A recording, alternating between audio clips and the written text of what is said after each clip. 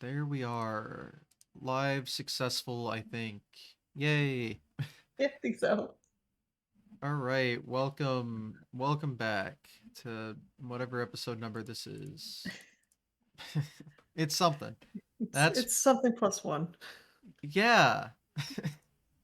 It's plus or minus any number, maybe. I think that's how math works. Anyway, Yeah. observant viewers may have noticed what I've done here. From last week, we now have the second half. It all works out perfectly. Yeah. So, tell us about you. Hi, I'm Asuka424. I am the second half of the Dangerous and Asuka424 combo. Previous guest Dangerous is like 10, 15 feet away that way behind a wall. But yeah, I am also a speedrunner, hotfix showrunner, and just general like nerd and dork. That's good. You'll fit right in. Yeah. A lot of us are that. Well, not all of us are showrunners though, but I mean, you have a Just every 100% time. success rate at your household, so I mean, that's pretty good. Yeah, true. This is true.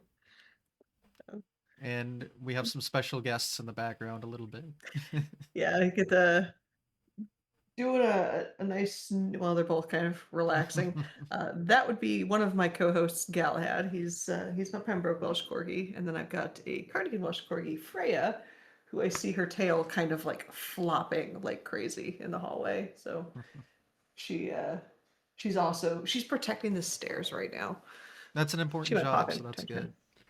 good. Yeah. Well, I guess it's time to talk speed running.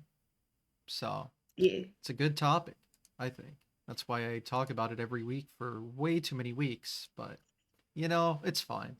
We love it. Nothing wrong with that. We all have our like weekly or every other weekly thing, right? Oh yeah. Consistency is Oh great. yeah. So, you and speedrunning, how did that start? I'm actually kind of a late bloomer. I had no idea what speedrunning was until, oh geez, probably like 2019, 2020, and it was through my Destiny and subsequently Destiny 2 raid group. They were obsessed with GDQ, and I had never heard of it. And they one of the events was coming up, and they said they knew I wasn't like I had no idea what it was. They said, "Well, Devil May Cry is going to be on it." I'm like, "I like Devil May Cry." All right, cool. And then I tuned into it. I think it was Maxi running the original DMC, and I was like, "Oh, this is different." Like, wasn't expecting it to be done so quickly. And then started doing some back looking and found a Final Fantasy IV free enterprise 4-player race, and that was a randomizer that I just started like I had found completely by accident, and I just started getting into. So watched that, and I was like, "Oh, okay, this is kind of cool looking. Do I have anything that's I speed run because I or that I could speed run because I don't play a lot of the more mainstream stuff, and I there was a game on like PlayStation 3, PlayStation 4, and PlayStation 5 called Resogun, and it's a shmup, so shoot 'em up that I have played for over a decade. And I'm like, well, you don't really think of shmups as speedruns, but sure enough, went to the speedrun.com leaderboard and there was a category for it. So I was like, all right, let's do it. And I went on leaderboards, had world records in most of the categories for a while, and said, you know what, let's just submit to this GDQ thing that I'd never heard of until very recently. Um, and the first time I submitted was like I think actually the next event after I had seen it for the first time. And then I went from didn't get in to the second time I submitted, I got Resogun on backup, and then the third time I submitted, I got in, and it was during COVID, so my first couple GDQs were online. Yeah, me too. So, Nice. So it's, which do you know which event specifically was the one that got in? it was, I want to say it was SGDQ SGQ 21, I think. Okay, so Because deep I into know I have COVID. an yeah, because I know I have an AGDQ 21 shirt, but I think that was for backups because backups Yeah, also get runner shirts. they And do, and that's it's the great. earliest runner shirt I have. I know, right? I'll take a free But shirt. right? It's And great. yes, since then I've played se 7 different games in GDQ Jeez. mainline events. So Okay. yeah, just a few. Okay. So they can't get rid of you. Sounds like Nope. that's cool. Yeah, it's 4 of them are in the awful silly block because That's the best block yeah, to be in, I think. that's So, that's pretty much my home outside of few occasions. But yeah, I mean, yeah, it's just kind of like small from there. that is one of my favorite parts about GDQ is the awful silly portion. So, You know, it's a special group of people, and I yeah, I found some good friends in there. uh, truly some gems I've seen. I mean, it Agreed. does suck. It's like overnight, um, but Yeah, I but at the get same it. time, that sleep deprived kind of Yeah, chaos the brain. vibe is important, I guess. Yeah, But it works. It definitely works. yeah, but I usually only catch like the first couple and then I pass out and then I have to watch them all at home and it's just not the same. The energy No, in the that's room fair is though. always so is so fascinating. Like it's one thing to speedrun like really like well-known games or well-known speedruns that have like really good tech and whatnot, but it's another to look at a game that has absolute garbage for like gameplay and controls and go, you know what? I love hate this or I hate love this. It kind of depends. And I'm just gonna keep playing because I want to speed run this. And you just kind of it takes a special bit of like uh just chaos to be willing to do that. But yeah, it's and then you find other people that are like, "Oh, I've got some bad stuff to throw at you too," and it just kind of yeah, it works. Well, what's fun is a lot of bad games are usually easily breakable and have fascinating things to do in them. Oh, So, yeah, it's well, it's like there's some that have the ability to just get completely broken, and then some are just so awful. You look at the concept, and you're like, why? I mean, yeah.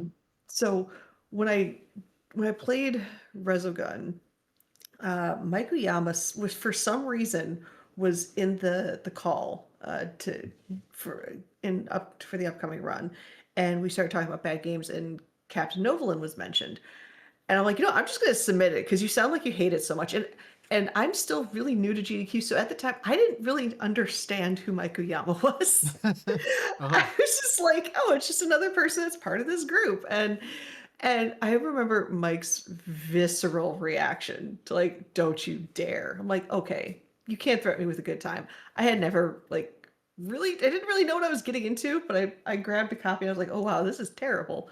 And it's not like you break the game; the game's just bad, but it's just so like silly bad. I'm like, all right, I have to submit this, and sure enough, the very next event, it's like, well, I guess I'm joining silly awful block with this garbage run. and was that at that time did he kind of back off from more higher up I, stuff? So, it was allowed now. He couldn't stop it. right. And then yeah, it was a little bit after that, but I was like, here, nope, I submitted it, and I told him I was going to submit it, and he's like, yeah, that's a how dare, thank you, but how dare, and that's what I was like. I remember asking, I was telling the story to somebody prepping for getting Novolin on ready to go, and I mentioned his name. I was like, by the way, who is that? Like, that's like the head of GDQ. I'm like, Oopsies. oh I boy, guess it worked out. yeah, I guess it did. But oh well, Got to step on a few toes to make it through the ranks or something like pretty that. much I don't know. within reason. So was that the first time that game was on GDQ? No, Oh, okay. that had it's one of those ones where every so often it rears its ugly head. Not to the Mm. extent of like Pepsi Man, but you give it a few years and you throw it in there, and they're like, "All right, fine, we'll bring it back." Yeah, so awful and silly games kind of have that it, that weirdness of every so many years we have to remind everybody about the classic trash and just bring it back. Like actually, one of my plans to submit for SGDQ, I've got I think potentially one or two awful games or two silly games that I'm looking at, and one was shown in like 2020, I think, and it hasn't been in since. I'm like, you know what?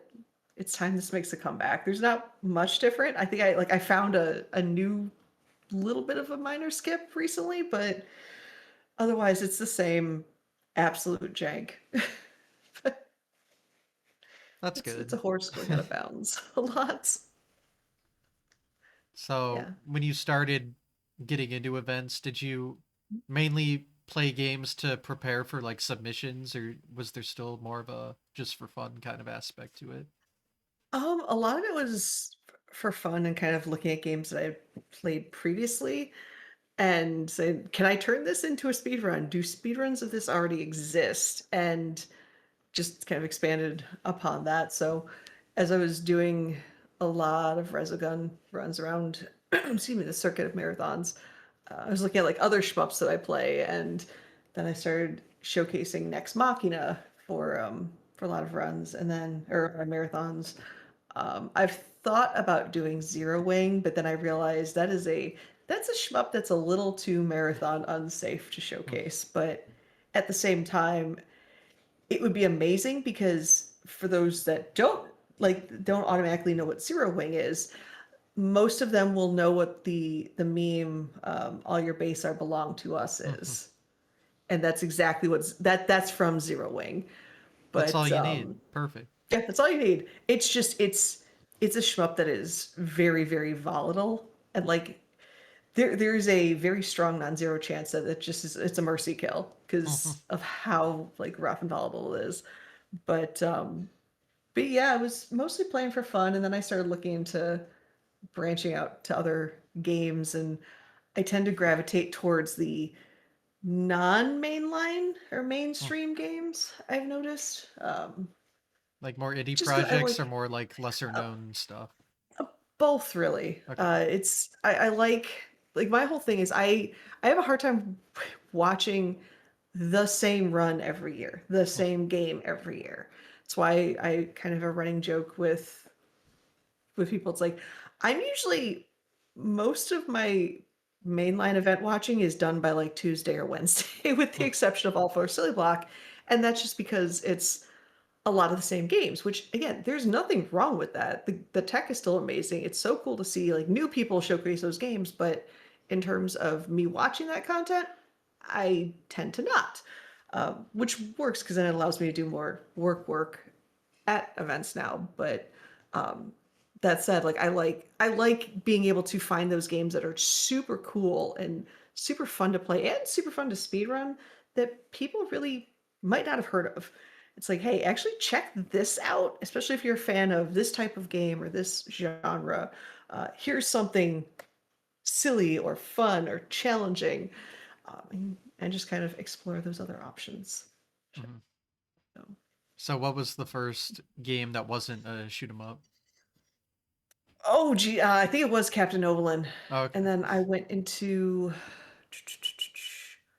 I think there was something between, oh God. So the hard part is me trying to remember the games I've gotten in. Um, it just specifically to mainline. So it's Resogun went into Captain Novolin. That went into, I want to say Lizard Lady versus the Cats, which I think is one of like I think it's probably top five, or if not top three, for shortest speed runs shown at a mainline. I think Oh. it's 4 minutes and 12 seconds. Was that You one? beat me. No. My So 5 minute Mario. yes, No. but it's like it's just when you look at the game, it's just that was one of the games I looked at. I'm like, this is worth the 25 cents that I'm paying for this pile of trash because it's just so bad. Um, but then I did, let's see, there's one, two, three, and then um, Give Me Toilet Paper Okay. was the first in-person mainline that I did. And that one was one of my very close friends from the free enterprise community sent that to me. And he's like, you have to play this. This is you. Like, and it's a game where you put a Joy-Con controller in a roll of toilet paper and you use the motion controls within the Joy-Con and you roll the controller and toilet paper combo around and like get through puzzles by rolling the toilet paper. And because the whole point is to get this like run through these levels where a guy needs toilet paper, so you have to deliver it. And it's this wild concept and it's so cool to play and it's so like such an interesting style of using a Joy-Con that you don't see. I'm like, this needs to get shown. Like this needs to be shown to people because it is a fun game. And that was I was like, yeah, I submitted that I like the moment I could because I picked it up actually just before submission period. I'm like, yeah, it's fine, get in because people need to see this. And then yeah. So that was kind of the not the first, but like the big non-shmup one that people saw like, okay, this is so bizarre. It's so cool. Yeah. I guess there was a lot of toilet paper being thrown. I went through I was so like amused by how much toilet paper roll or how many toilet paper rolls I went through playing the game because you definitely get some wear and tear on the toilet paper and the outer like tissues start getting soft and like stretched and it affects your ability to roll and depending on the surface the toilet paper gets ripped to shreds. So I made a kind of jokingly big deal during the silly block interview for it that I was saving a specific roll of toilet paper for the actual showcase or the actual run because I didn't want it to be like damaged or whatnot going into it. And I'm like, I'm doing this big thing for a roll of toilet paper. What? Oh, and I think I was at that point. I was like, "What the hell am I doing?" How did we get here? It's like the record scratch. Yep, that's me. You're probably wondering how I got here. And to this day, like if I mention the toilet paper run, out of all the runs I've done, that's the run that people remember. It's like, oh yeah, the thing. I'm like, yes, the thing. The thing. This is the thing. Ironically, I actually did commentary for the not a direct sequel, but the next game by that same developer at AGDQ 2026, which was Dizzy Hero that Uncle Slam ran. Hmm. And that was you kind of use a like you're supposed to like wave the controller the Joy-Con around like you're drunk or hungover, but instead you just kind of like wave your arm in front of the IR sensor a whole bunch to turn into this like drunken superhero. Fascinating. Some weird things I found in my time. I'm glad that the gimmick runs are the ones people remember. 'Cause Yeah, it's just because it is they're so not like standard. I mean, I it's very out of unique. all the well, out of all the VODs I've watched, one that kind of sits with me is it like Kirby Tilt and Tumble? Oh I have yeah. no idea who ran it, but I just know they were holding the GameCube console and And using yeah. that. I'm like, Like not I didn't even even the what is it? It's a GBA game, right? And they like built in yeah, a but the yeah, console is the actual thing, and but they're using the like Game I Boy player. I didn't even know that was a thing, but okay, that's fine. This is awesome. I'm surprised they went through with that one. That's You hilarious know, though. if it works, it works. Like I could see people from more recent events talking about like the play date because I Oh that's yeah. a handheld that I had never heard of, and I'm like, that's a crank. Okay, sure. That's a I think it's tiny some little work. thing. It is, and there's so much support for it within the Playdate community in the games that are made for it. There's a lot of different types of games. So it's been on my radar for like if I have disposable income, potentially acquiring one, but then I look at my backlog and I'm like, Yeah. I don't want to add more as I just recently bought Dirge of Cerberus because I didn't listen to my own advice and requirements. Mm. Yeah, I remember I went to a PAX event a couple years ago for the GDQ thing, and Mm. they had a whole Playdate was there. They had a whole Oh, booth, nice. so I got to try it. It was fascinating. It's like a modern Game Boy, but like unique. Right? Like no other thing Yeah. has a crank as like a main I, feature. I just like I would love to go behind the scenes and go, who at the desk said, you know what, this console, this handheld needs a crank. Like I want to know the thought process behind it because it's so just out there. I love it. It's super cool, but what? How did your brain say crank? Like Well, it did, and it it worked. works. Yeah. Yeah, So it totally works. not all ideas are bad. No, even some of the very unique ones. So Mhm. yeah. So guess we that's enough toilet paper talk. We can move on to the next game. Right. Enough games So with rolling features. yeah. So yeah, the next event, like I've noticed for some reason I tend to have better luck getting into like summer games done quick than I do awful games done quick, and I don't know why. Do you run more But silly games instead of awful games? That could be why. no, it's like No. it's kind of equal, but it's just kind of one of those. I don't. I think the games that I'm working on, I tend to have like more viable options ready for summer games done quick than I do awful games done quick, awesome games done quick. So it's just kind of those that weird situation, but um, summer games done quick 2024. I had two games, and I guess it was I was talking to, I think either Amberlin or Broseph, and they were saying it's like yeah, it's like we were trying to avoid people having multiple games, and by the time we got to your two, yeah, we said you're getting both, and it was for Silly Block, it was Leaf Blower Man. This game Mm, blows, yes, I and do remember then that one. where the incentive was for me to play the ads. Hmm. And then a horror game made of Scare, which was I found it during like a sale on the PlayStation Network, and it's on PC as well.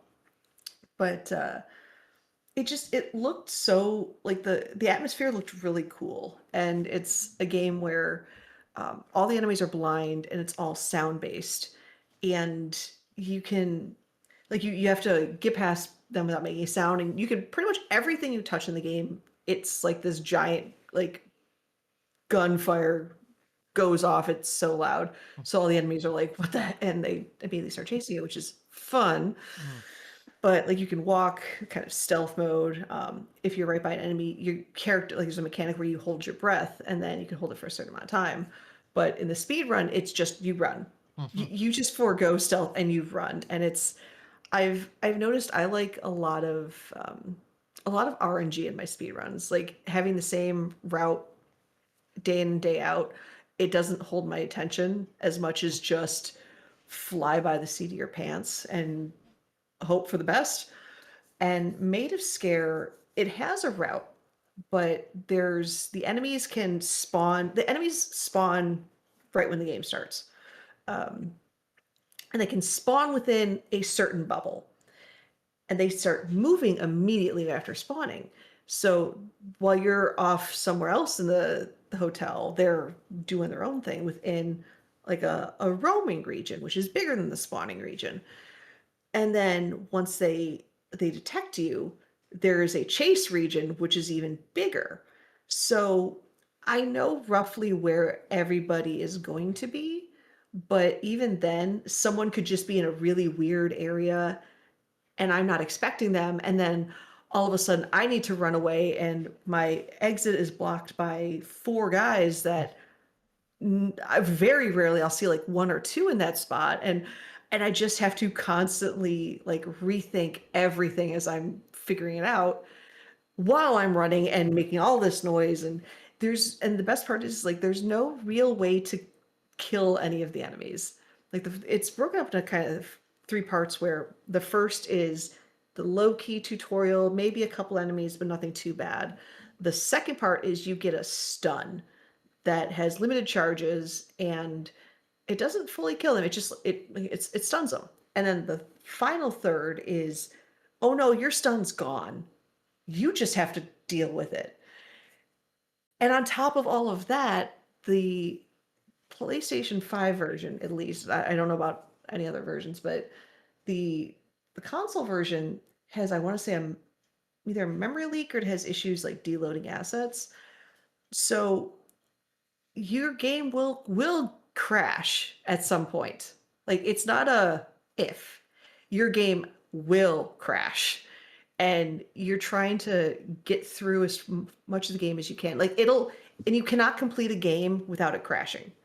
So you have to have that in the back of your head as you're trying to progress through the game. And you can, if your RNG is pretty decent, you can get to the save point after the final boss and save, and then quit out of the game and then restart it and be fine. But if your RNG is not going so well and you're spending more and more time in the game, it's like, okay, I have to save earlier and I just don't know when. Because if you don't save in the game at all until the one save to deal with the crash. So it's there's a lot going on in that, and every time I've run it, something chaotic has happened. I've gotten like almost soft locked each time, but it was super So fun. And perfect for a marathon, of oh, course. perfect! Absolutely perfect. And like I had I have the privilege of being able to showcase a lot of those things at like Fatale's events and other hotfix shows. So I was able to because it was such an unknown horror game, I was able to get that out there in front of like the GDQ crowd so they can see how off the rails the run goes. And I think that's kind of what helped it get into a mainline event. Um, but yeah, so that was a wild marathon where I had two in, and then most recently was a game called The Bouncer, which somehow The Bouncer didn't get put into Silly Block. It was the first game outside of it. And then lo and behold, I won a race and a now husband. So that was that was cool. Things escalated from there. Just a little bit. Just a bit. So you mean that run you had was like the run before Awful Block started? No, it was the so that Oh, was Summer Games Done Quick 2025. And it was the what actually started that was I saw that for awful or you could tell I'm so used to like off saying awful and silly yeah. block. Awesome Games on Quick 2025. I saw that it was on backup. And I reached out to D Cosmic, who's another fan of the bouncer like myself, and I said, okay, hear me out. This is on backup. So people are paying attention to it. What if we did a three-person race? I know we only have two people right now. We'll find a third. Hmm. A three-person race where each player plays a different main character. Um, because all three of the runs in terms of records are fairly comparable to each other. So it worked out a little bit. And Cosmic was like, I'm in. And that was kind of his throwaway submission of the event. Because he had some fantastic other submissions too. And then we recruited Dynamite Dan, who had never played the bouncer before, but was like, all right, I'm in, let's do it. Hmm. And sure enough, it got it. We're like, well, here we are. But yeah, and then we looked on the schedule. It was the first one after Silly Block ended. So it's like, Oh, okay. Bouncer's not a Silly Block game. It's silly adjacent, but weird. Literally adjacent. It's Yeah. attached to it on the schedule, but not part of it, it it transitioned people out of Silly Block into like normal games again. I guess. So That just reminds yeah. me of the game. I think the game is like Crazy Ball Time, but you understand the initials. Yeah, that was the whole joke. Yep. But like it's so obviously Silly Block, but it was like the run before Silly Block, and I remember that Yep. being a whole thing. So it's not the first time. Oh yeah. It's like people don't realize like getting into mainline event, it's or getting into mainline, getting into fatales, getting into like pretty much any marathon. There's so much competition there, especially for mainline. But in terms of specifically like the blocks, so specifically awful blocks, specifically silly blocks, specifically horror block, even there's tons and tons of competition within those mini blocks.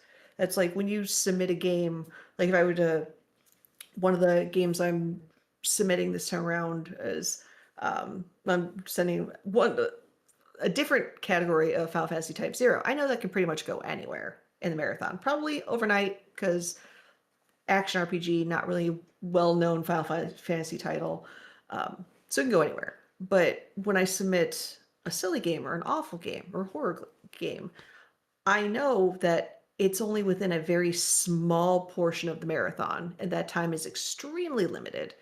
And there's more and more people playing those off the wall games where the competition gets even more competitive as you're trying to get into those blocks. So it, it's it's interesting to see how that's kind of evolved into pretty competitive in and of itself. Yeah, I guess I never really thought of it that way, but yeah, It's competition within competition for the schedule. yep, for playing absolute garbage on stream Hey, I for mean, this. the people love it.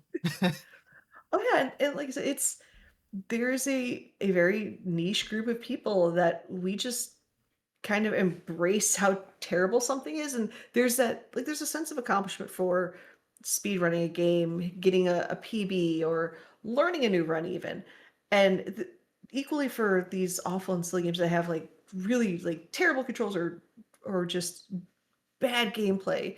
There's something extra for being able to not only like beat it, but have like a mastery over it to the point where you can speed run it. And it feels really good when you're able to do that because you know how bad it was when you first started, and the game hasn't gotten better.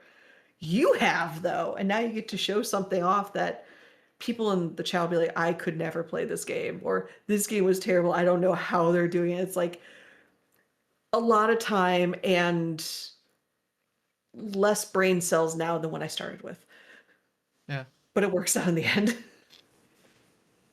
that makes sense. Yeah. Yeah, I've never played a awful or silly game yet. Well, there's one I'm thinking for Silly Block actually, Nice. but it's not Join like us. yeah, it's not a terrible game. It's just not like a very I don't know. It's a very you know silly game. I guess is the Yeah. best way to put it. Fairly Yeah, we love popular. I'm trying not to spoil it, but no worries.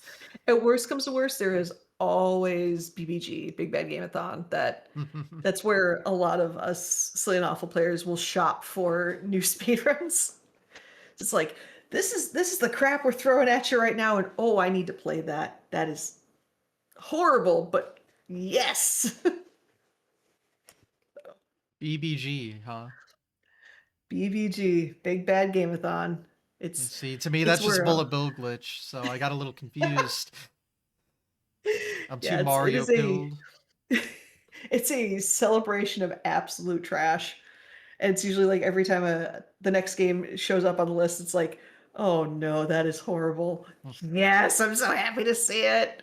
But like when the schedule comes out, usually people are like, this is the hottest, worst garbage we've ever showcased. This is gonna be a great year. I actually am not familiar with this event though, so I'm Oh, interested to learn it's more. it's run on or it's run by Brosentia, so like a legend of the hot garbage.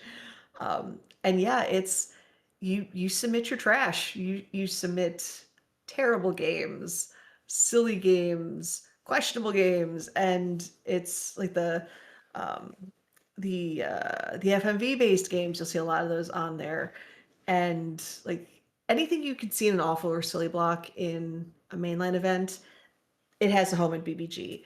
And yeah, it's just great, silly fun where it's a whole, I think a week long, I think it's a week long, might be just a weekend, I'm not sure, but it's a whole marathon of all of these terrible games. And it's the community is so fun. There are names that you'll recognize through and through. And it's like I said, it's a good place to go. And if you want to pick up a really bad or silly game, it's a great place to find one. Because and like people are excited when like you're interested in their terrible game. Hmm. Like I did the most recent BBG I did was not the most recent one, but the one prior. I played a game, Kikuneko Super Muscle Cat, which I'm also playing for I think Multithon coming up. And it's a platformer where you are this cute little kitty cat that when it puts on magical underpants, you turn into this giant buff bodybuilder wearing a speedo and still has the head of the cute little kitty cat. And the controls change depending on if you're in cat form or buff form. And it's so wild. It is a quintessential like silly game. Uh, but in terms of like the controls are sound, they're snappy. The gameplay is pretty fun, but it's just straight up silly. So when I submitted it, um, Fizu, one of the Fizu, I say his name, saw the game. It's like as soon as I was so glad somebody submitted this because this is amazing and we have to have it.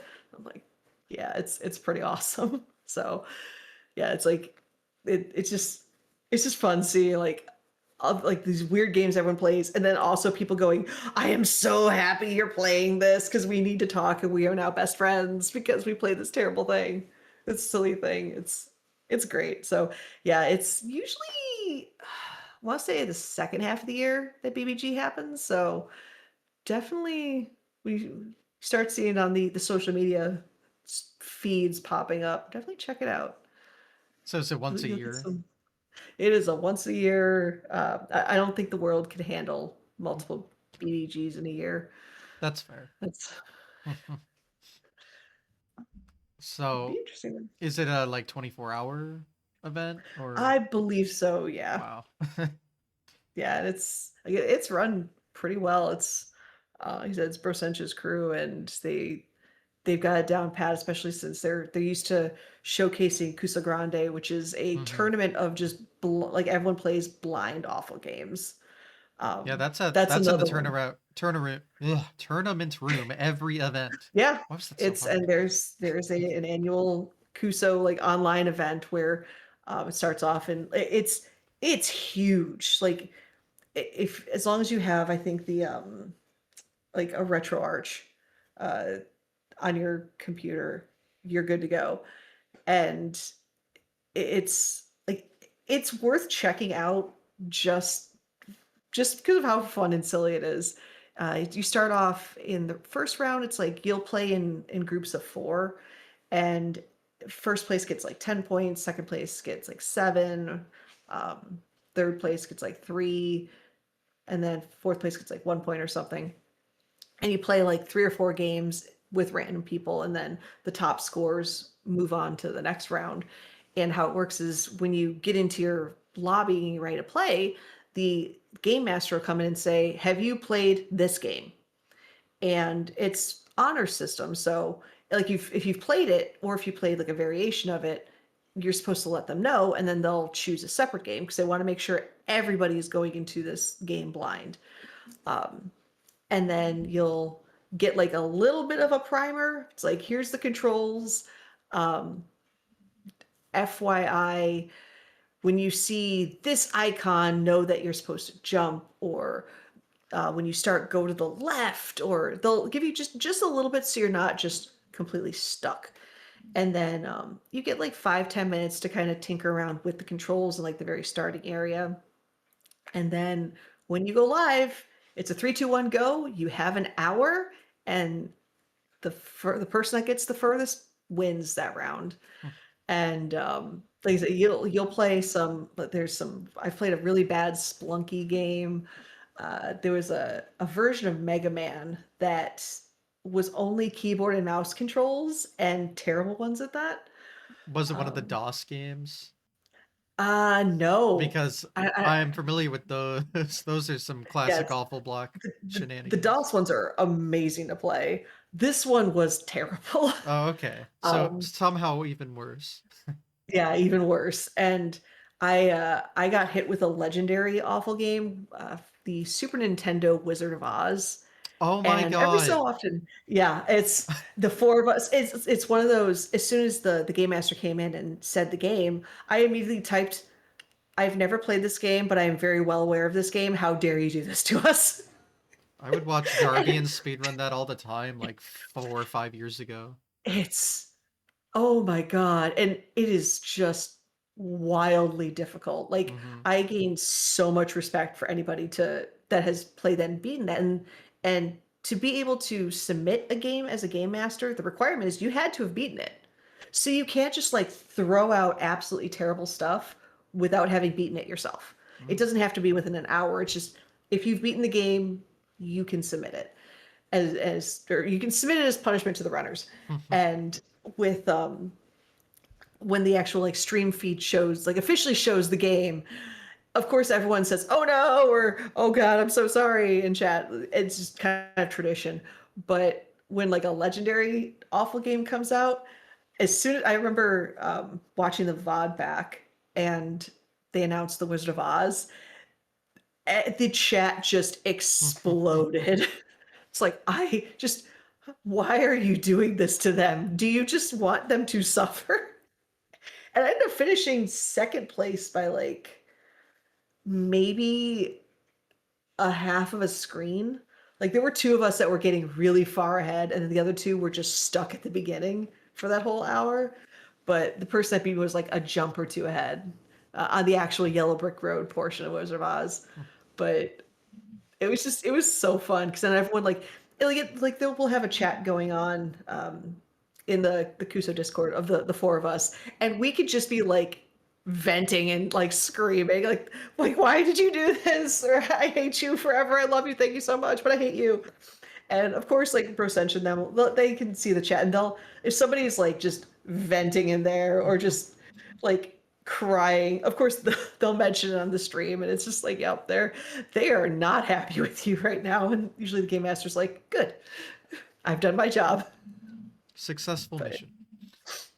yeah, I recommend everybody at some point just sign up for Akusa Grande. It's all in good fun.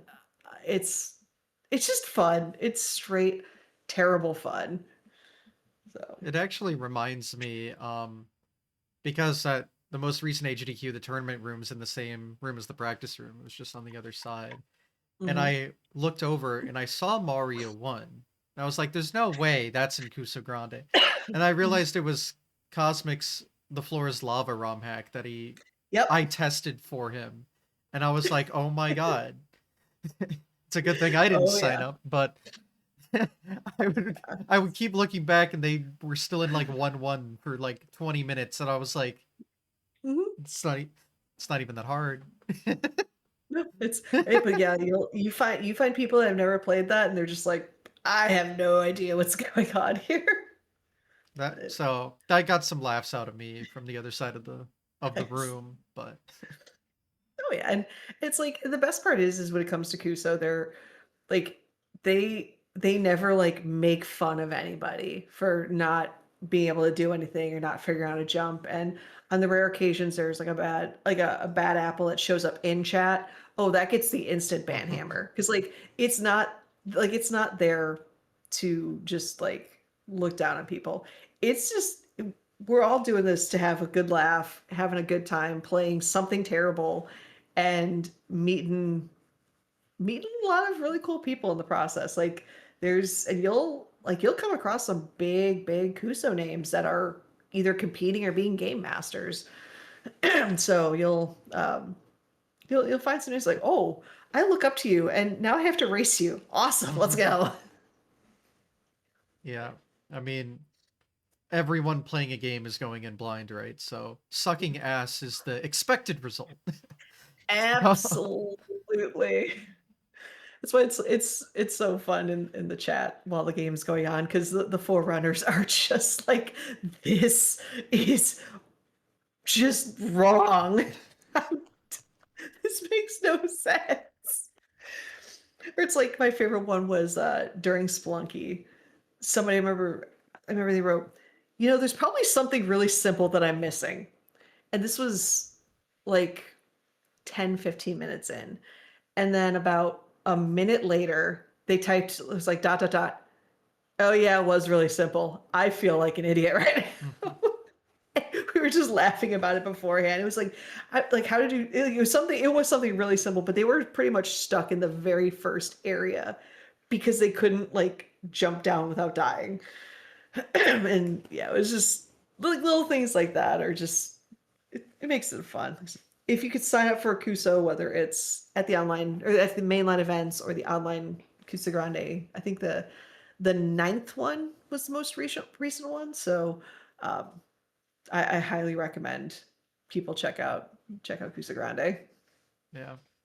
It is very popular. I notice a lot of people there whenever it's in the tournament room. And it's the online event is huge. Like it lasts quite a few weeks because there's so many people have entered into it, and it's getting super competitive because it's getting so big. But yeah, even if you just do the first like 4 games in the first round, it's totally worth it because Mhm. you have 4 really funny game stories to tell people about.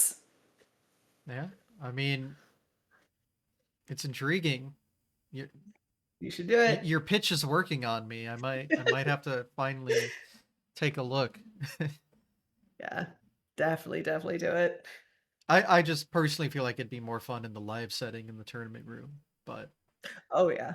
Well, there you go. yeah, Do the live version. I'll I'll see. I'll definitely look into it because I've been usually the tournament room's not something I ever really cared about, but I started at least looking at the sign up sheets they have for all whatever Nice. ever since Yeah. they had Death Ball at last SGDQ, and Oh that was yeah. my jam. So I was all Yeah, it's over like that. if I had more time at mainline events, I would 100% be doing it, but my time is limited That's at what mainline happens when you're events. staff, right? And you co-lead a department. Yeah, that sounds like some work. Well, I guess speaking of, since this seems like a casual transition into it, I'll talk about your history with GDQ in the working aspect instead of the running Mm. aspect. So how did that start? I started in the online uh mainline where I think I started off as just like a chat mod. So I'm like, let's just throw my name in the hat and did chat mod. Found out I wasn't a big fan of it.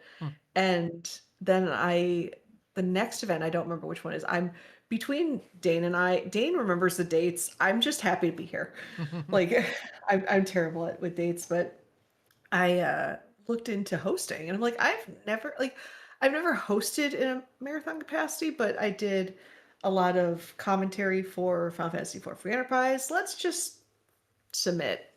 And I first time applied, first time got in as host. So I kind of found some love there. I did a lot of uh, donations, and then I did extra donations for like one event, and then I moved to head donations after that. So I did a lot of head donos, um, and then a few events ago there was a spot open on staff for safety, and I like my IRL job is environmental health and safety, well, director slash regional manager, which isn't quite the same, but shares a lot of aspects to it. It has Plus, the I've word got safety in it, and that's it good has the enough. word safety in it, but it also like I have over like 10 years, probably like 12 years of anime convention experience, especially large scale.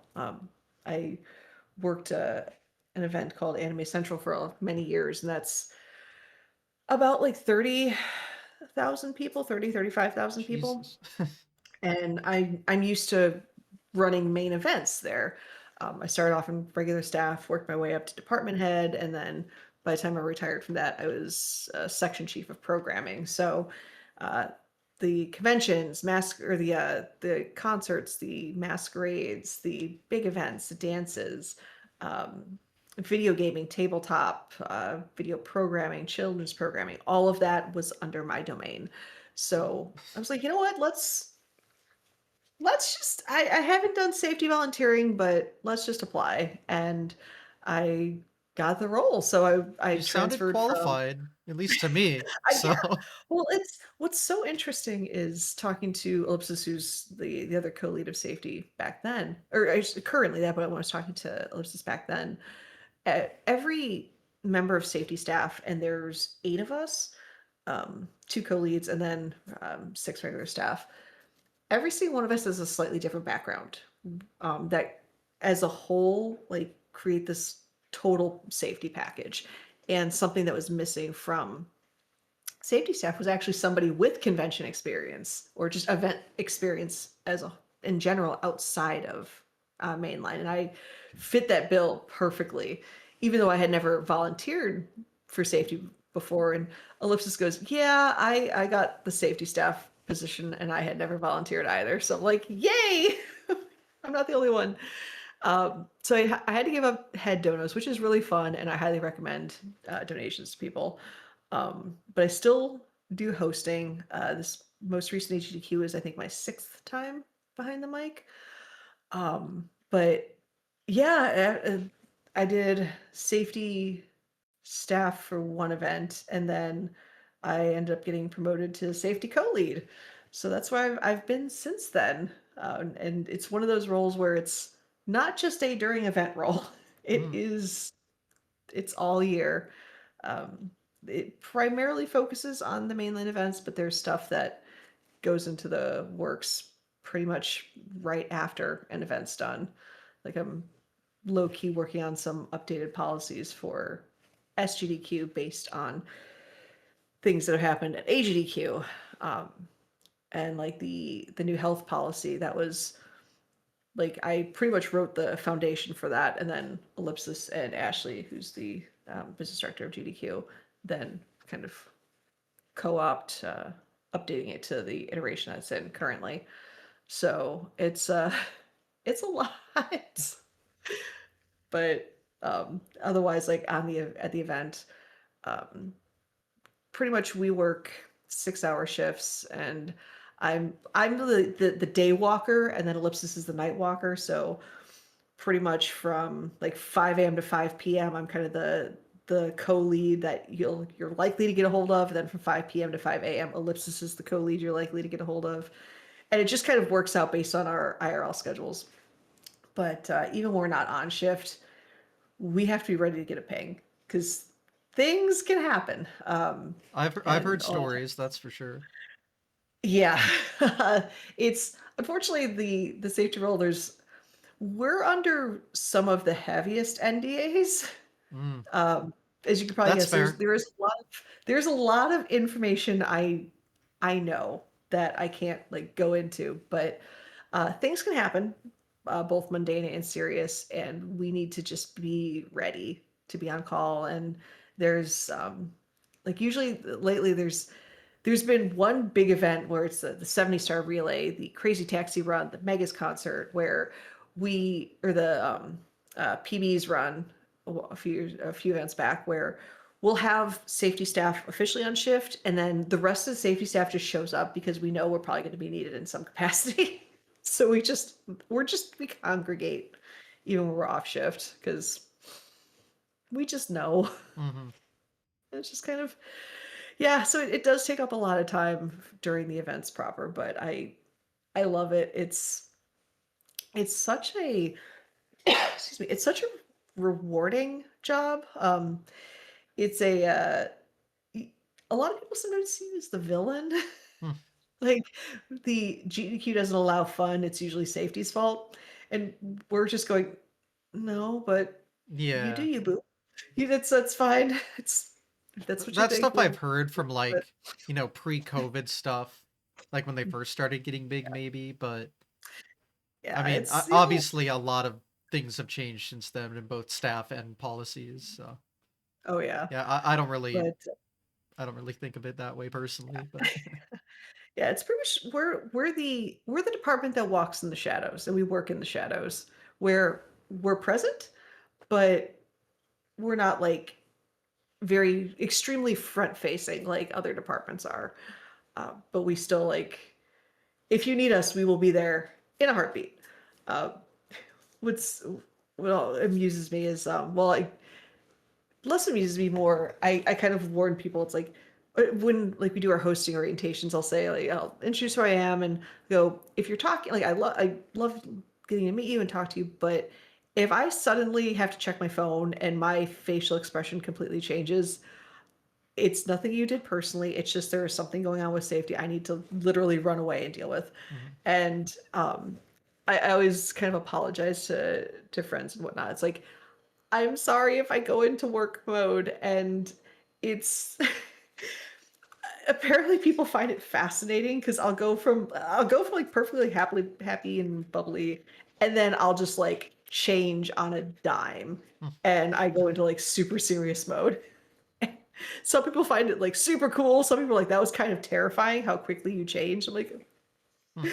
I'm sorry. I have to do it in IRL too, but it's just kind of it's the nature of safety, really. But like I said, I enjoy doing it. I've gotten to meet some really cool people on staff because of it, like Ellipsis, Liz Star, Loud Sneezes, um, Numbers to Full Breakdown, Schmumbler. That's the whole team. Mhm. But I probably wouldn't have gotten to meet them outside of safety. So, and they are all absolutely amazing people. But I love doing it. I'm glad I ended up where I am. So Well, I've been to like 10 events for the full week, and personally, I haven't encountered any issues, so I assume nice. that means the job's going well. Yep.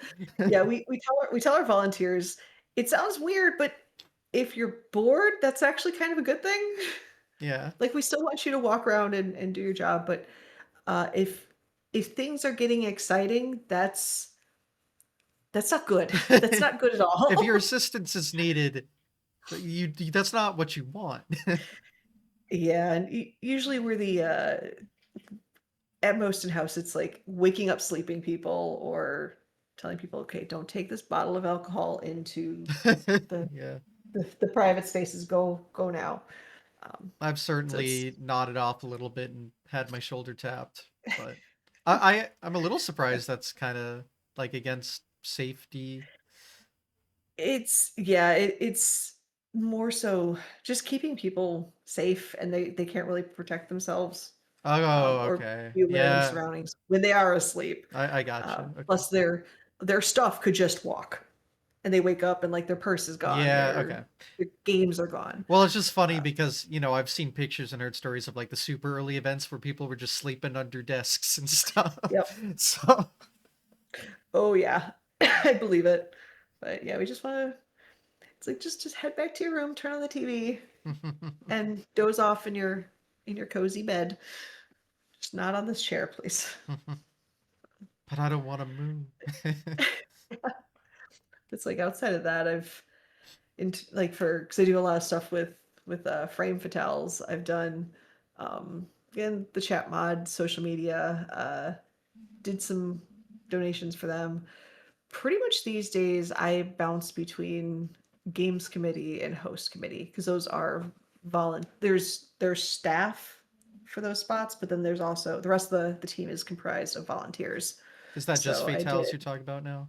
It's just Fatales Okay. now. Whereas like right now for Frost Fatales 2026, I'm on games committee. Oh yeah, that starts soon, doesn't it? Yeah, it starts next week. Good timing. I think. Yeah, I get to yeah, March 8th. So yeah, a week from today. Um, and I am celebrating my 10th unique game Ooh. showcased at Frost Fatales or at a Fatales event in general. And I am playing a rhythm game with a very large metal, questionable looking controller. So if you've ever Okay heard of then. Groove Coaster, that's what I'm playing. I have not. So, Yeah, it's a game that you'll actually see in the arcades at mainland events usually. Um, it's here. I will grab the controller. We'll get the live demonstration. Not the live demonstration, but at least you get to see what the controller looks like. Oh So, yeah, okay. yep, if you've seen this type of controller at the arcade or at mainland events, Mm-hmm.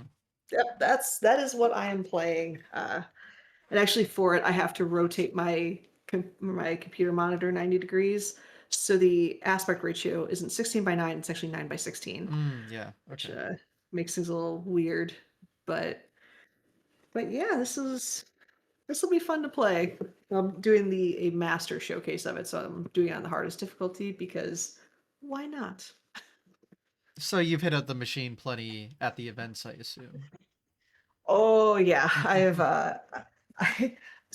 I've spent way too much money at like round ones and whatnot, playing that game, yeah, hitting up the machine at the mainline events. I it's when it comes to rhythm games, like if a game like clicks for somebody, it's going to be like one for some reason one specific game will click more than others.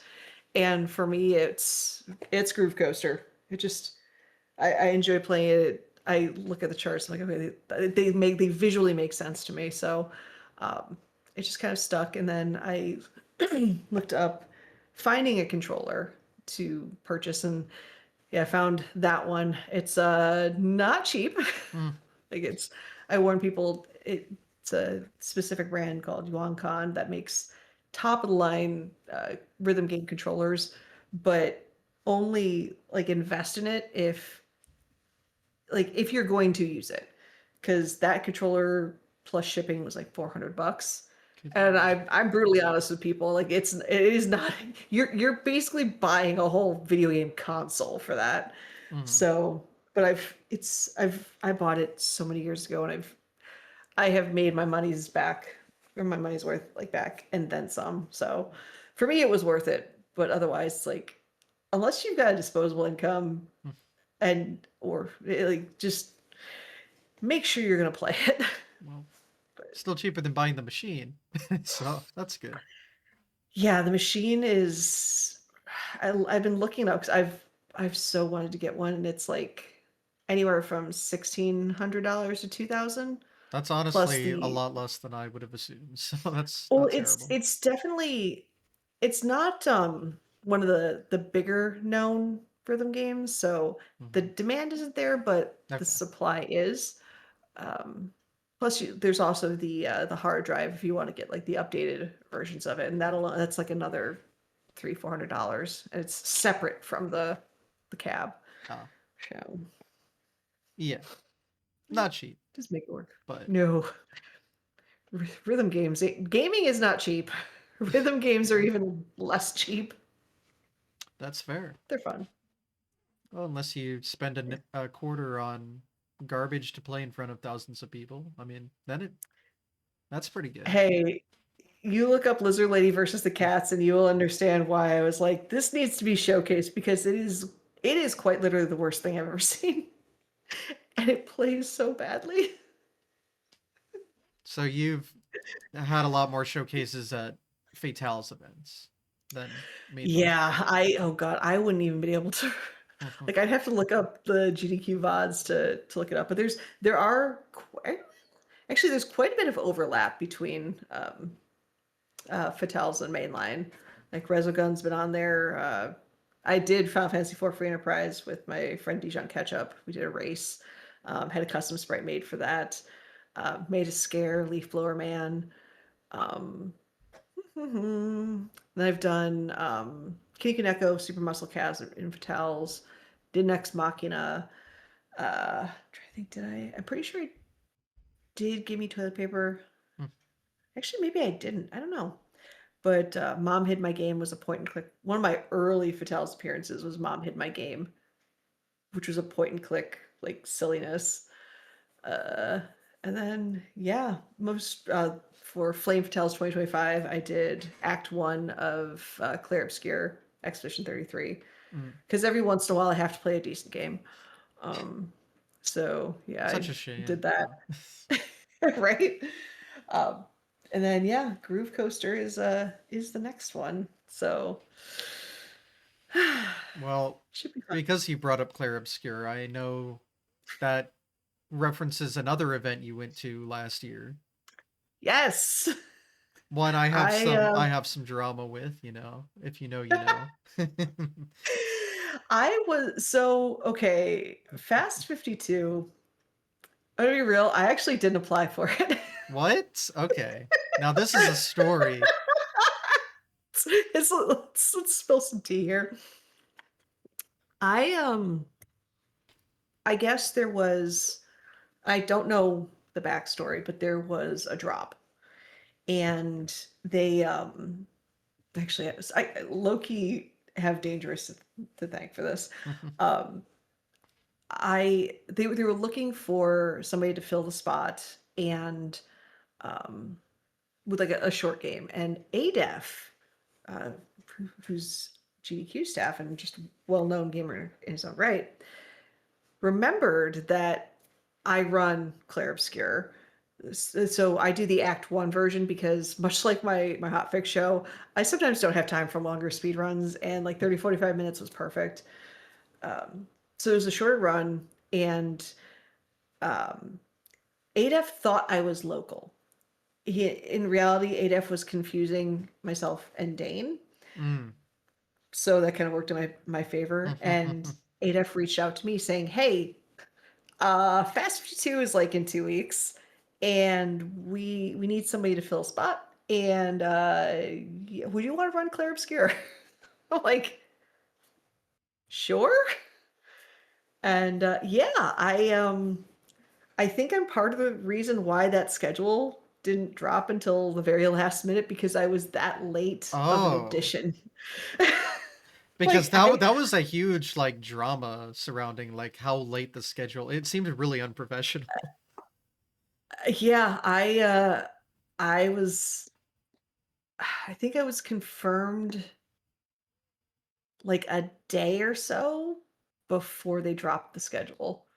Wow. Okay. So, and it was just one of those like I had remembered the applications had gone up. But I just didn't get a chance to apply. I was super busy, forgot, and I was like, well, missed my chance, and nothing happened. And all of a sudden, I remember getting a friend request from ADEF on Discord, and I'm like, uh, okay. ADEF has something to ask me, and I'm a little confused. And then it just kind of went from there, and then I ended up being in Fast 52. And it was funny because I was supposed to go on at, I want to say like no, it was like 5 or 6 in the morning. And there were like, I guess they were running super, super far behind. So that pushed us like 2 hours behind. So it's like I get there and like, oh yeah, and I'm like half asleep at this point. Like, yeah, the schedule got pushed back about 2 hours. Like, well, we're too far from the place to like really leave, so let's just chill, I guess. And then it got closer to my new time. They said, well, there's two runners that they have hard cutoffs of they need to leave by this time. If you can let them go before you, like they can still be in. And I'm like, I'm here already, and my cutoff is until like midnight, so sure. And so I ended up running about 4 hours after I was supposed to. And I went from being like half asleep when I got there to about 90% asleep. So I totally forgot like one of my uh the, some menuing I was supposed to do. It ended up making the run go even longer, but I had a good time, and it was pretty fun doing it with Dane there in commentary, because we kind of shockingly have a decent rapport, and some good commentary there. But yeah, so that's kind of how I ended up in Fast 52 at the literal last moment. And to this day, like I've had people it's funny because out of all of the GDQ events I've done, and all of the Fatales events I've done, and being a hotfix showrunner for a couple of years now, the people that have recognized me have been like exclusively from Fast 52. Like I was hosting for GDQX at TwitchCon this past con, and I remember Dane and I were in line for the Sims booth, and the people in front of us kind of turned around and they looked at me and they're like, "Were you? Sorry, this is weird, but did you like Claire Obscura at Fast 52?" And I'm like, Hmm. "Yeah." How about that? So it's just so weird that of everything, it's that run that like people notice me from. That is interesting because I feel that event gets around the same viewership as GDQ. Yeah. So It's just like, I don't know. I guess people that so are more weird. likely to go to a TwitchCon would have watched that. Yeah. Yeah, I could see that. And like and I've had a couple there's like one or two from well, while at Mainline going, I saw your Fast 52 run. Oh, That was okay, well, awesome. I'm like never mind. Who knows? I've also done stuff here too. Like, oh, cool. But I saw you at Fast 52. Like, all right. Thanks. Yeah. Well, I'm That was glad that went well, I guess. yeah. Like, honestly, like I from my side of it, like it went fairly smoothly for me. Like I mean the runtime it happens. I know there were issues Hmm. before I joined that bubble, so I can't like that all happened before I joined the picture. So and I'm not like devaluing them. It's just yeah, when I got kind of thrown in at the last minute, from then on like it I didn't have an issue with it. You could tell they're used to running events and not maybe or not necessarily like marathon or speed running marathon Yeah. events, but it's that all aside, like I enjoyed my time there. Dane had a good time. Um, it was a really cool set too. Like Yeah, I they mean, I did addressed watch that the set really event. Yeah, well. it, the Like all the the event execution itself, from like a spectator standpoint, looked pretty cool. I enjoyed yeah, it was, watching it. I appreciated how very like um it like wilderness-esque it was with trying to like I remember trying to go online to download everything 'cause they forgot to down patch my version of Clair Obscure, so I had to Mm, take care of that, and then we had to connect to like they had a QR code to scan to connect to a specific internet in a specific location because otherwise it wouldn't connect. And like it was just very like you could see the duct tape yeah, that was yeah. holding everything together, and like knowing how like events work from my convention experience, I can appreciate when the duct tape is holding on for dear life. Hmm. So like I get it. I've been there. I've had to put that duct tape on before elsewhere. So no, it was it. All things considered, it was. I enjoyed my time there. I had fun. Well, that's all that matters. So there you go. Yeah, It yeah. seemed, I guess it worked out. Oh Because yeah. apparently that's all you're known for now. Apparently, it's like that, and then on occasionally rolling a toilet paper roll around. What more could you I'm want? fine with it. I Well, good there. yeah. Well, something you mentioned that I hadn't brought up yet, but hotfix. You're a Yes. big part of that too. We haven't talked about that yet. Yeah, I've oh god, it's been a few years now. Yeah, I've been running Express Lane on GDQ, and it's speed runs that are 60 minutes or less because I That's ain't got every time for game I long run. runs. Yeah, well, it's one of those when I had submitted a different pitch in the cycle before I was accepted, and it didn't really fly, and or it wasn't accepted. And when they opened up submissions again, I was kind of looking at what show types existed at the time, and I'm like, what's missing?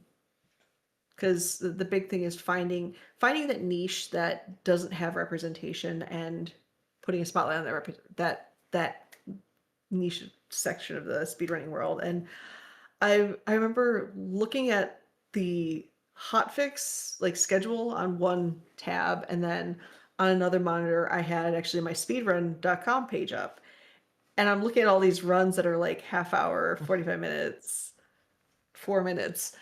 And I'm going, they don't really like so many of the shows are very genre specific. They don't have time specific ones. And I was like, you know what, let's look at speedruns under an hour. I originally thought about doing speedruns under 30 minutes, and then I Mhm. realized I would cry. Okay. So I made it speedruns under an hour, and apparently it just as soon as they saw that, they're like, yeah, that's an instant accept because it is like it's I can take speedruns from any genre. I can take speedruns like any category. Um, I have so much free reign of what I can do. Um, so it's very like free in that regard. Um, the downside, because every show has that wrench in the system that makes it a little bit harder to plan. But Like for yeah, for dangerous runs with bullets. So they or whatever context Dane decides to use bullets as for mhm. there. Um, like Creature Corner featuring creatures, um, Speedruns in the Crypt, horror. It's like for mine is unique in that it requires the most pre-planning. Every other show can take one run and book a 3-hour show, and they're Mhm. done. I am guaranteed to have at least 3 runners on every show. So I have to do a lot more pre-planning than other showrunners because of that. Which it gets I've become very good at Tetrising shows together Mm. with shorter runs. But yeah, it's fun when Dane books like a single run and I'm like, I sent out 5 requests. 2 of them said no, 3 of them said yes, and I still need an hour. Mm.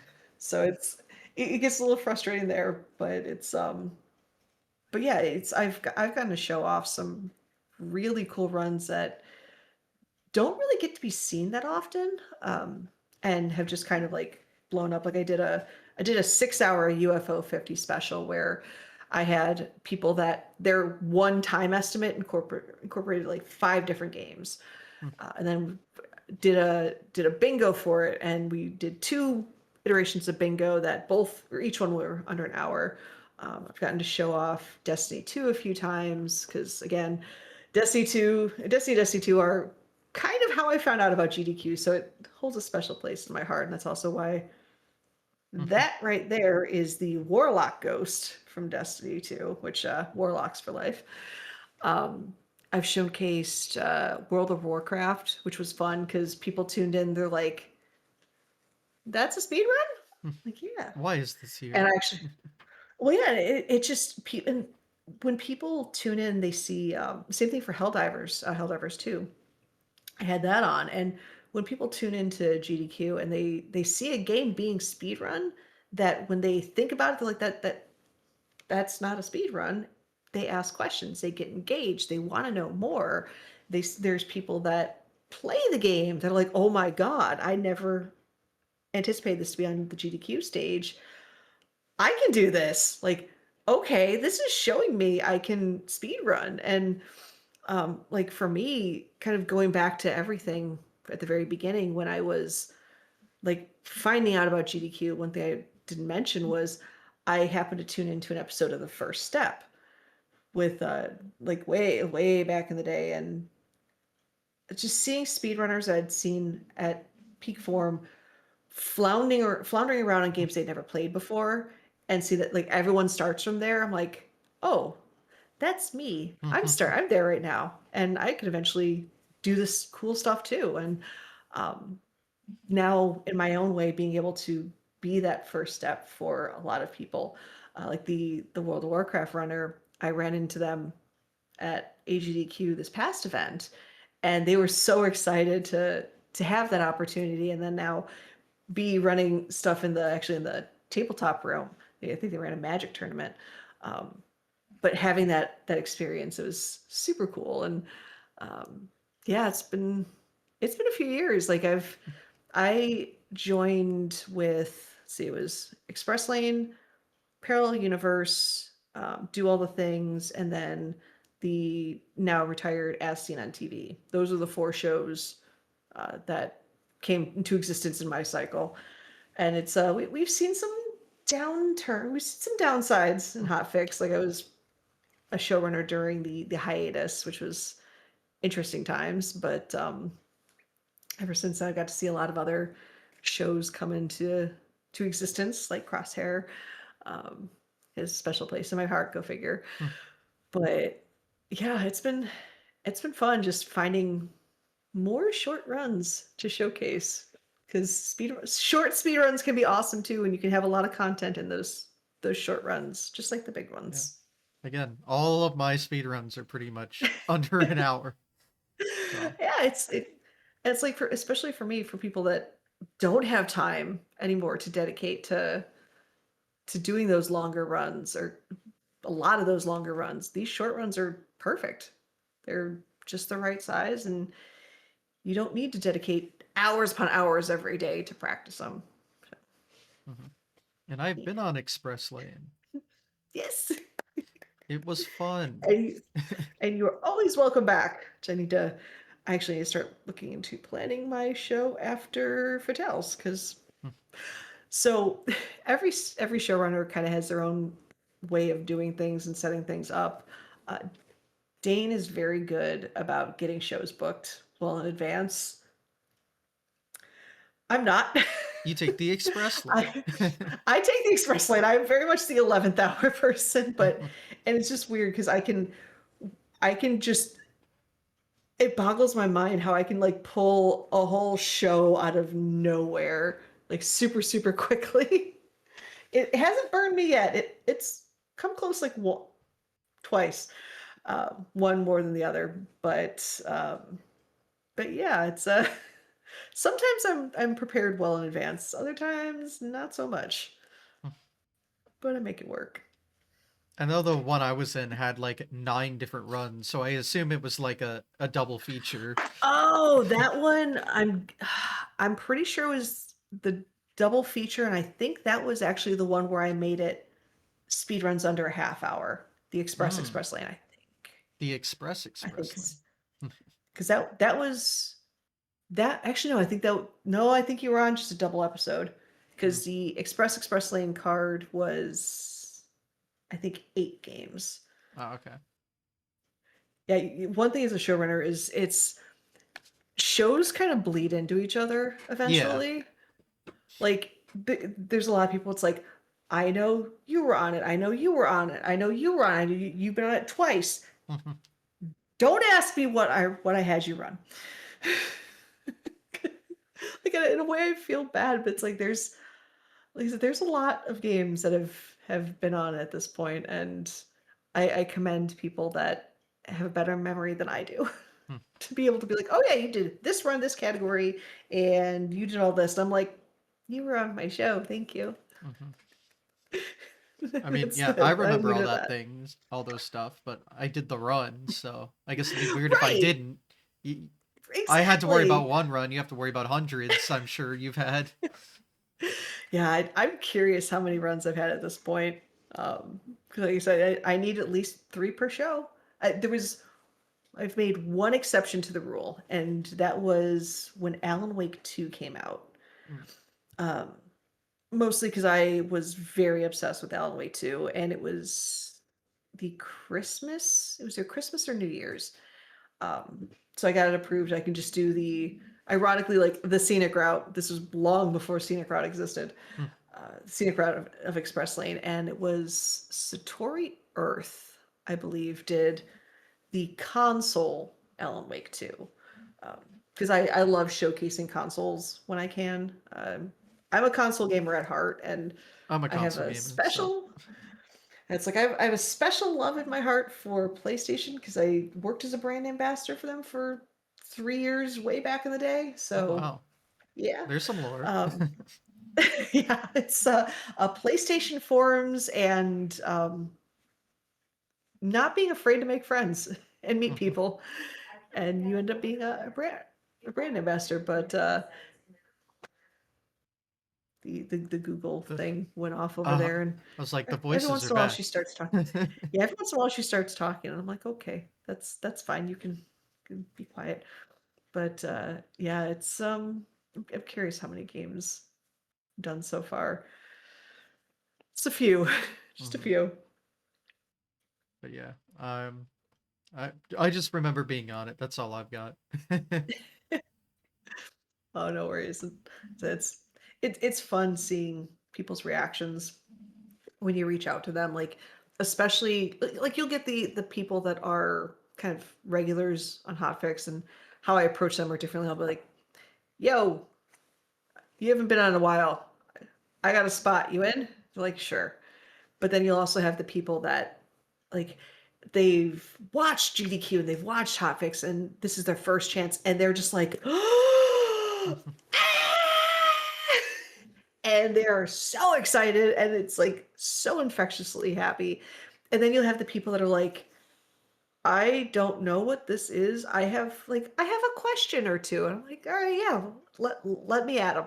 And then they send like a dozen questions Hmm. about the whole process.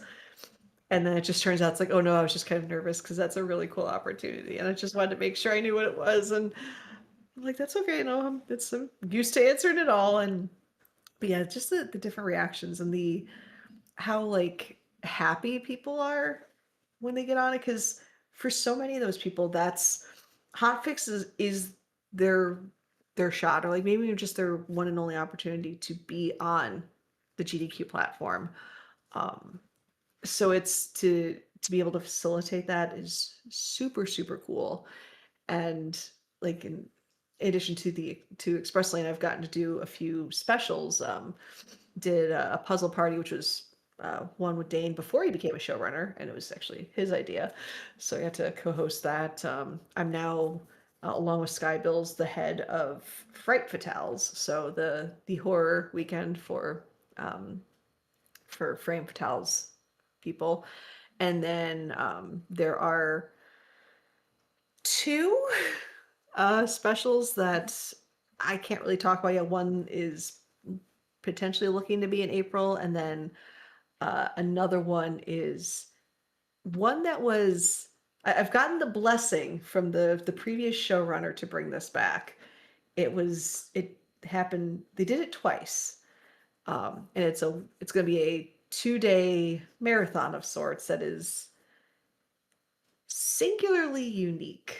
Mm. That I'm super excited once uh, I have the approval, like the soft approval. I just need to figure out dates and timelines, but it'll probably be potentially close to like before or after SGDQ if I had to wager a guess. But I'm I'm really really excited to be bringing this back because it's a very unique concept. Hmm. So Well, it will remain a secret for a little while. yep, not until it's in the books. Hmm. So Yeah. I don't want to be like it's this and then it doesn't happen. I'm like I'm a liar. Fair. Yeah, so I do like that the hotfix shows have a lot of, they have their this exact show happens once every other week, but there's also like random thing for the weekend or whatever. Yeah, there's been some really cool like frequent events that have come out of it. Transday visibility, Hmm. games on blindfold. It was a really cool one that just happened. Um, there's like a marble thing, Oh the yeah. Oops All series. It's yeah, it's pretty much where showrunners can just go and go do something different, but also something meaningful to them. Um, so yeah, it's that's why I was very excited to get the blessing to bring back this upcoming event Hmm. because yeah, Yeah. it's fun. I think everyone's gonna be excited to see it come back. So this is just more out of curiosity, but with your show, with how hard it is to kind of schedule stuff, do you try to make a theme? Actually, yeah, it's Yeah. and this stems from like when I became a showrunner and things were done a little bit differently then. Theming was kind of like required at the time. So, and it just kind of works out because there's always, when you switch between games, and not even from like show to show, just straight up game to game, there's always a viewership drop.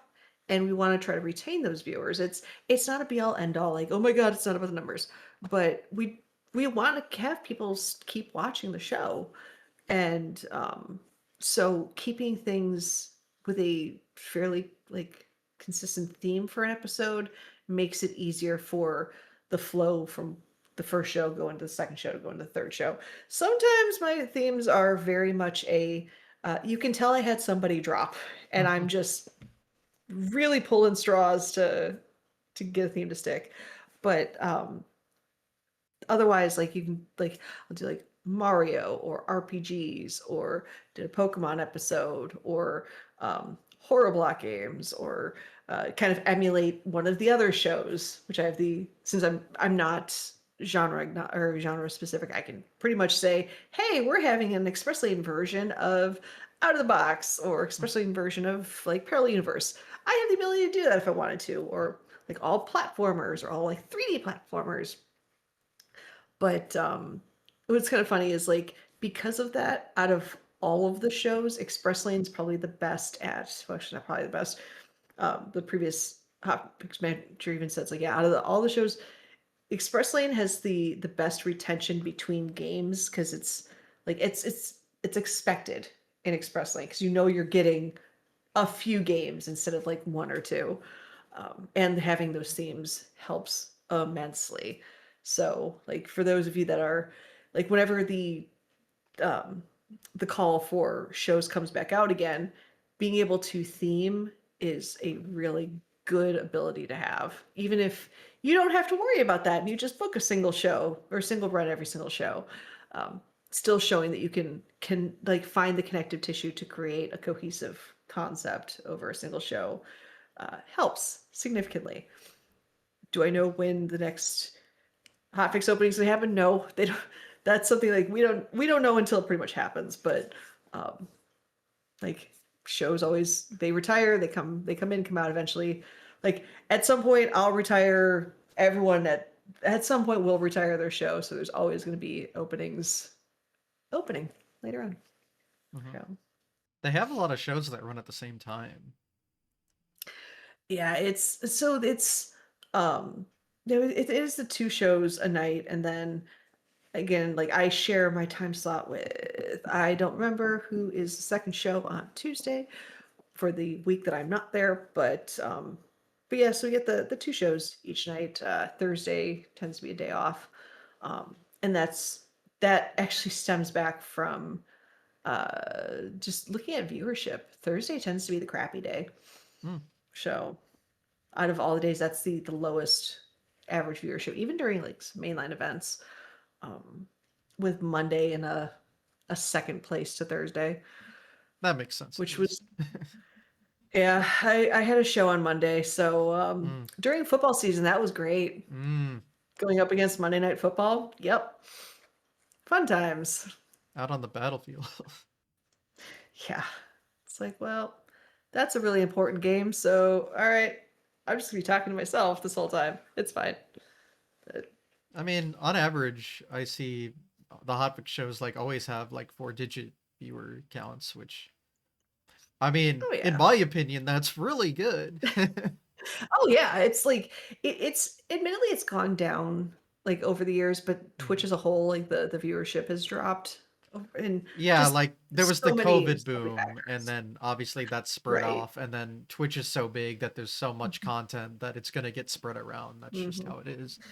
Yeah. And you have like other platforms that exist too, that people are watching or whatnot. So it's to be expected, but it's still, to retain the viewership that it has right now is awesome. And it it helps keep Hotfix running and growing, and allowing us to do new and cool things as we move forward under a new showrunner, or a new hotfix manager.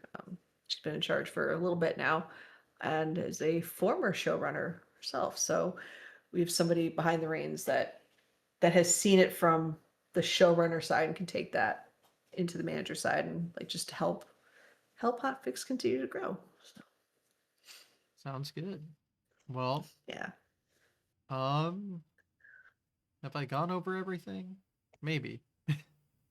maybe. Maybe. I mean, I guess it's more a question for you. Is there anything in your No, history it's we haven't touched on?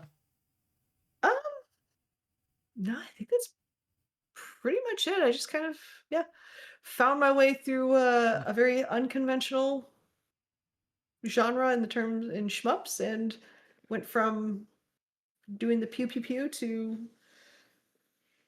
The poo poo being poo. staff shown and it's kind of weird thinking just how many appearances I've made since I've started 'cause it's like it's very humbling in a way like to be trusted with raising money for charity with these really weird ass games and to entertain people in the process in via games via hosting um, doing entertaining in an express lane uh, and like Vitalis events and then working behind the scenes keeping everybody safe in the process it's humbling and I guess if above all else like I at the end of the day I GDQ is the reason I met the love of my life. So I like all the games and the accolades and the extra stuff that melts away. Like I'm married to somebody because of this weird little speedrunning universe. And if you would have asked me 6 years, 6, 7 years ago, or tell me that this was going to happen, I would have been like, I don't know what you're talking about, but okay. Mhm. I don't know GDQ stuff, and yeah, now we're here. So I'm quite thankful for this whole wild experience. It's worked out. It sounds like. Yeah, yeah, I think so. I definitely think so. Yeah, and you've certainly worked hard for it, given the amount of work you've put into the to the I organization. try. I try to at least try to make it a little bit better like and just keep doing the thing and doing good stuff for people that deserve it and need it. So, Yeah. Well, yeah. um, yeah, I guess that's everything then. I can start to wrap things up. Um, just Cool. future plans for you in terms of games, speedruns, content, Mm, anything. so and actually that reminds me of something that I hadn't talked about.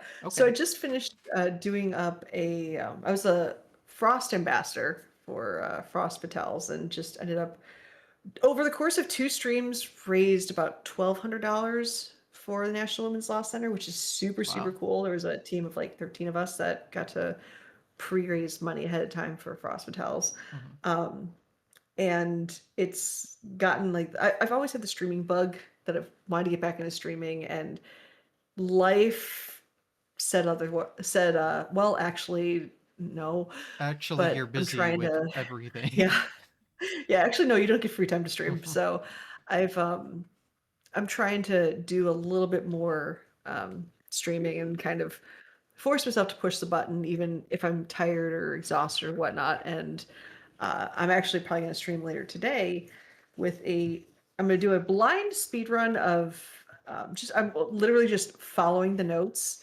And what's kind of funny is it's this Oh, Xenosaga episode 1. The catch is what makes it fun is to speed run it. I also need episode 3. So, or it's not necessarily but episode not 3, but two. I use not to. Okay. So there is a bug in or glitch in Xenosaga episode 1 where in the menu, if you take out the game disc and put in a separate game disc, I tried Killzone because I love Killzone, and Classic. it didn't work. So I thought, yeah, Killzone 2 is actually that's why that's signed by Sean Pertwee, who was the voice of Radek in Killzone 2. Um, but I was like, let me just put in a different Xenosaga disc. So I pulled out episode 3, and you swap the discs, and like the upgrades for your characters become free. So you can max out all of your character's stats immediately. Okay. And you do that to make so you do it a couple times in the run. It's silly fun, and just the concept of, well, let me go swap disc 1 or disc with a separate disc, even though this game's only 1 disc. Stop and But I'm probably swap, gonna, finally useful. yeah, pretty much. And you, like I say, you do that with when you get different characters and you have to level up different stuff. But I'm probably going to stream me just following the instructions in the RTA guide and see where that winds me, or that winds me on the board. So eventually I want to learn that. I'm dabbling with RPGs lately, which is kind of my roots pre speedrunning. Um, I'm obsessed with a game called Fretless: The Wrath of Rifson, which is a pixelated RPG made by an indie developer that combines turn-based combat with rhythm game mechanics and deck building roguelike That mechanics. that's a melting pot. And it's What? it works. It works in a terrifyingly beautiful way. Hmm. So I'm doing that, but yeah, trying to stream more and learn other things while I still can. While these old bones still can speed run anything. But yeah. Well, So, no, you can speed run forever, right? well, I'd hope to. It'd be nice. I'm definitely on the older side of speedrunners, so my time is a little bit more limited than others, physically and in reality. Fair. But But it's all I do good. know people that have been around a while and are still kicking, so you never know. Oh yeah, yeah. I don't see myself stopping anytime soon. All right. Well, Yeah. speaking of the content, I guess you can promote the content. Where would it be? Yeah, I am on twitch.tv/Asuka424. I like to say I play good games badly and bad games quickly. Um, you can find me on Blue Sky Asuka424.bsky.social. Um, yeah, and you can usually see me Tuesdays at 10 p.m. Eastern, 9 p.m. Central. I do Express Lane alongside Hidden Heroes is the show before me right now. Yeah, I showcase speedruns are in under an hour on the Games and Quick Twitch channel, and apparently YouTube on occasion too, as Hmm. well. And yeah, during mainline events or Fatales events, you can usually see me poking my head around in some capacity, be it working or hosting or this upcoming Playing some dog Fatales shit. event. Playing a lot. I throw toilet paper at the screen and call it even. I'm pulling up my run on the where is it? Currently, it's scheduled for Thursday, March 12th at 7:27 p.m. Eastern, where I'm doing a master showcase of Group Coaster YY Party. Um, I think that may or may not be changing potentially, so or like And that's time for wise. Frost So Fatales, right? that is Frost Fatales 2026, where like I said it's my 10th game at there, so it's pretty cool that of all the things I'm running a rhythm game at there. But yeah, and then I've been popping up more as a foil to Dangerous to stream, so check out twitch.tv/dangerous. Um, I'll just show up on there and do silly stuff. But yeah, it's and then of course you should follow GTA 99 as well. Yeah. That's kind of how I am too. I'm just like just Yeah. follow. I'm someone that likes pointing the spotlight at other people. Yeah. So I mean, having the that's spotlight literally on what me, I'm I've like, done 100 and however many times, right? So, and pretty my show much. literally has the name Spotlight in it. So, like, it's Exactly. literally me. Yeah. Yeah. But yeah, that's where you can find me doing all the things. So No, that's a different show. Yeah, true. But yeah, But no, I guess that's thank everything. you. And I'll of course have all the socials linked while they're on stream, but they'll be in the YouTube description as well. So Yeah. easily accessible and clickable. Do such. But yeah, that's everything. I'm glad I could do this double feature, you know. Worked out pretty Yeah, well. agreed. um But yeah, I've thank you never for having had me on. really two episodes back to back have a connection, so there we go. We tried something new That's these past couple weeks. And it totally wasn't an yeah. off the cuff idea I just happened to have after last week's episode. Totally not. Totally not. I have that express lane grind set, you know. You understand. Hey, it works. It looks the number of times where I went from I have no idea what I'm going to showcase to I have an entire show booked within 15 minutes. That's happened a lot. Mhm. When it clicks, it clicks.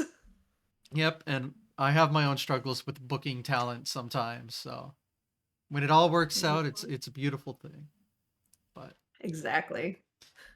I guess that's everything. So I'll say my Yeah. goodbyes now. Bye. Thanks for Bye. watching. Bye.